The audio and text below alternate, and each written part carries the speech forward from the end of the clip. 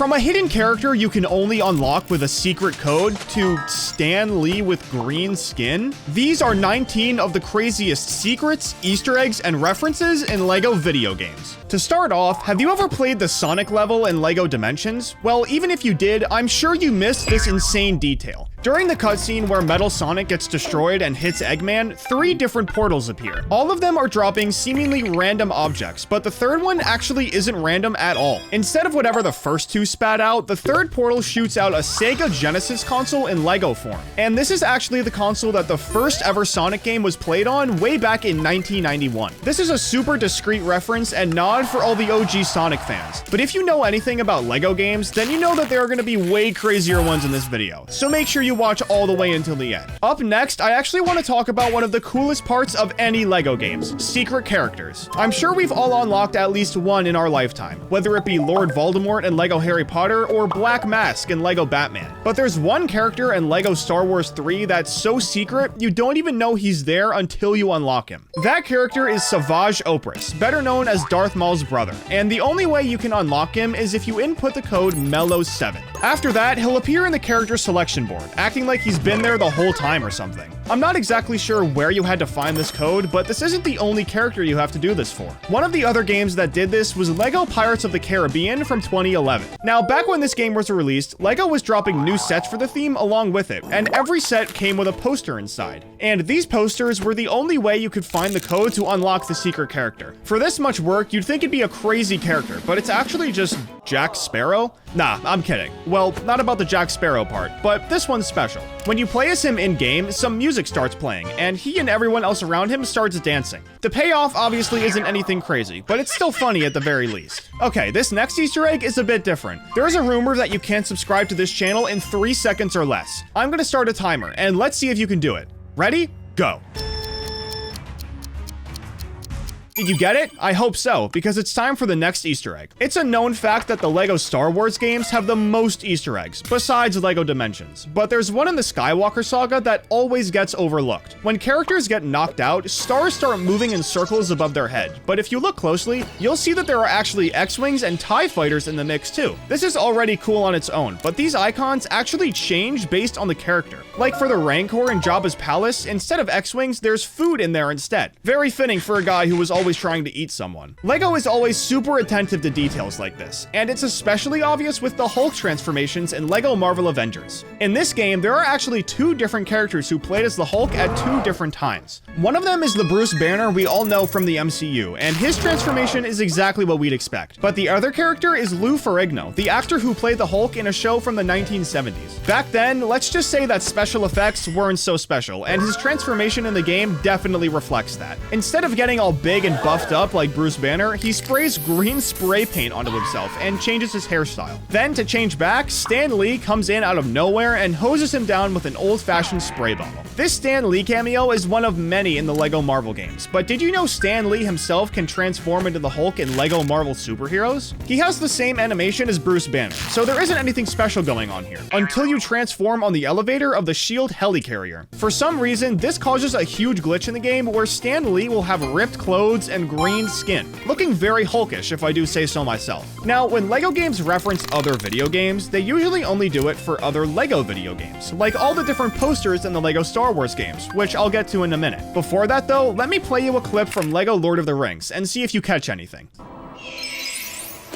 Notice anything? Well, that eagle cry in the background is actually a direct reference to the Assassin's Creed games. This is something they've done in every single game, if I'm not mistaken, so to see it referenced in a LEGO game is pretty insane. Now, about those posters from before. One of the first times we got an Easter egg like this was in LEGO Star Wars The Force Awakens on the Jakku level. It's a little hard to see, but if you go to the top of the map and peek into a round hut with a barrel in front of it, you'll see a very low quality poster on the wall. And this poster is actually the LEGO Star Wars 2 The Original Trilogy poster. This Easter egg was also carried over into the Skywalker saga, but there's actually 3 different posters in total. That same original trilogy poster can be found in the boarding level in A New Hope. All you have to do is walk through this electrical part, then you'll find a bunch of these posters sitting in boxes like they're in storage or something. The next poster is in Lake Payonga on Naboo, and if you go to the coast on the right at the beginning of the level and walk all the way down, you'll find posters for the first LEGO Star Wars game ever made. The third and final poster, though, is in Maz's castle. If you go down to the catacombs and grapple grapple into this window, a poster for LEGO Star Wars The Force Awakens will be waiting for you in the open vault. I guess when fans really like an Easter egg from one game, the devs bring it back just to show how much they appreciate their players.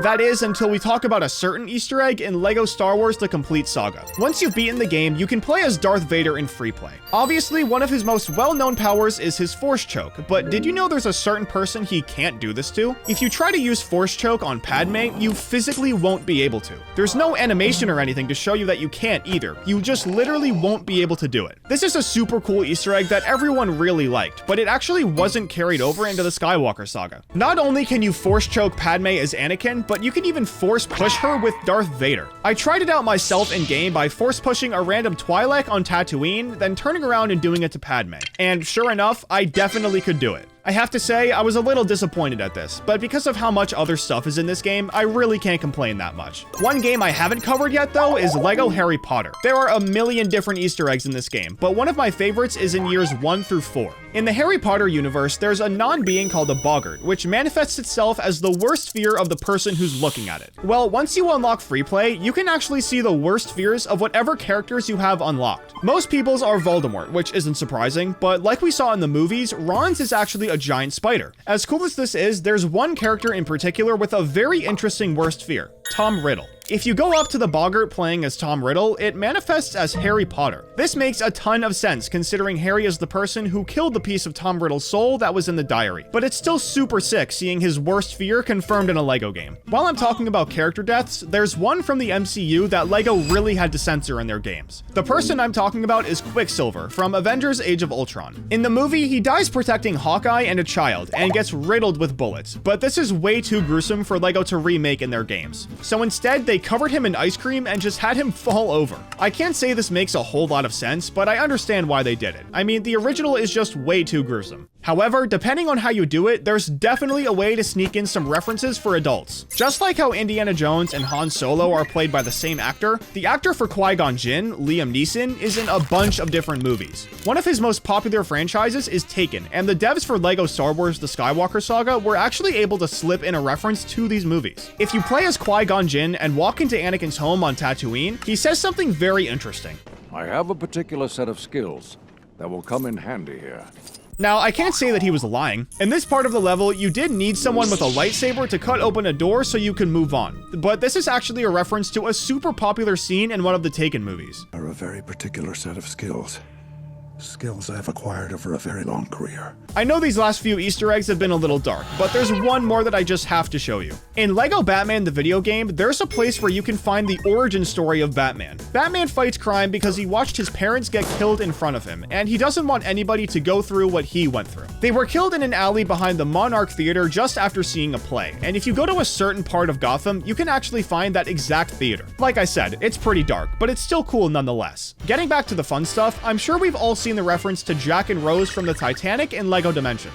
It's a super popular Easter egg, but it actually wasn't the first time the Titanic got referenced in a LEGO video game. In the opening cutscene to LEGO City Undercover, we're greeted with two minifigs chopping it up on a boat, when all of a sudden, they crash. We're then taken outside to see two different minifigs doing that same famous pose that Jack and Rose did in the movie. Now that I'm looking at it, that pose in LEGO Dimensions might actually be a double whammy. I can't say for sure, but I think the girl skeleton has the exact same hairpiece as the minifig from LEGO City Undercover. Am I cooking here or just going crazy? Let me know, guys. While I'm talking about LEGO Dimensions though, there's one Easter egg that you've probably never found before. I'm not exactly sure where it is, but somewhere underwater you can find what seems to be Marlin and Dory from Finding Nemo just swimming around. They're the only fish in the area that are this close to you, so I have to assume this is a reference to Finding Nemo. I mean, why else would they put these exact fish in front of you? As cool as all of these Easter eggs are, there's one type I haven't covered yet: post-credit scenes. LEGO game devs always put something in the post-credits, like the dinosaur from Jurassic Park in LEGO Batman 3. But in my opinion, some of the best ones are in the Marvel games, like the one in LEGO Marvel Superheroes. At the tail end of the credits, Nick Fury meets up with the Guardians of the Galaxy, and while eating a sandwich, sees something very surprising. All of a sudden, someone who looks to be Batman jumps in the air and flashes their cape in front of a full moon in broad daylight. We're then shown that it was actually Black Panther, but let's be serious. That was definitely a Batman reference. Another one I really like is in the LEGO Marvel Avengers post-credit scene.